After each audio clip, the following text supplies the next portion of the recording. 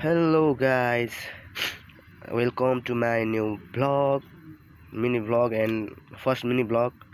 I hope तपाईहरुले साथ support गर्दिनुहुन्छ होला भन्ने लाग्छ मलाई र गर्दिनु होला। अनि म चाहिँ चट्टा लाएर ड्युटीबाट आएँ अनि त्यसपछि कपाल काट्नु जाने भनेर लास्ट एउटा भिडियो पनि बनाएँ। अनि भिडियो बनाएर टक्क कपाल काट्नु सलुनतिर लाग्यो।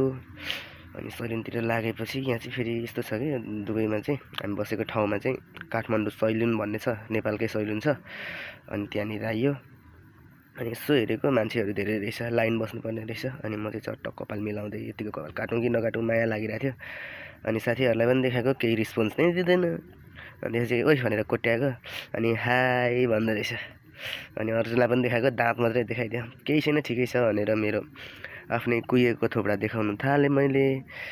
अनि कपाल चट्ट फेरि कपाल छुँदै माया लाग्दै थियो नि त, कपाल यति लामो बनाएको 6 महिना लागेको थियो। अनि त्यसपछि चाहिँ चट्ट बनाइसकेपछि अनि काटिसकेपछि चाहिँ यस्तो भयो रिजल्ट। अनि राम्रै भयो, जे होस् ठिक छ, मलाई पनि मन पर्यो। मजाले काटिदिनु हुने रहेछ मेहनत गरेर। अनि त्यसपछि खाजा खाऊँ न त भनेर खाजा खानलाई चट्ट मार्केट गएर केरा स्याउ लिएर काटकुट गर्नु थालेँ मैले किचनमा गएर। तर मलाई चाहिँ यसो रुगा लागेर चाहिँ अलि उ भइरहेछ, भोइस पनि त्यस्तै आइरहेछ। अनि यो माकुरी सिगान पनि मासुलाई झरेको गर्छ कि। अनि चट्टल गएर लाएर अनि उसु काटेँ मैले, प्याज प्याज भन्दै रहेछ थ्यात, स्याउ काटेँ अनि केरा काटेँ। अनि त्यसपछि एकछिन यसो सफा गर्नु थालेँ। अनि अब केरा चाहिँ फेरि कस्तो रहेछ भने अलिक काँचै रहेछ क्या। अर्को मार्केट जानु पनि अलिक अल्छी लागिरहेको थियो, अल्छी लाग्यो अर्को मार्केट जानु पनि।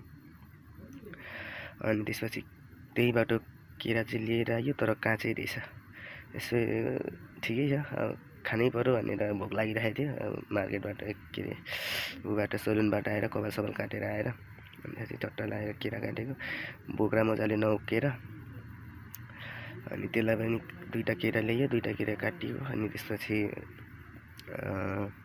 स्याउ 5-6वटा काटेर अनि त्यसपछि ल अब चाहिँ खाजा खाने भनेर अनि गएको, केटाहरू सुतिरहेको रहेछ। अनि उठाएर अनि त्यसपछि खानु थाल्यो हामीले।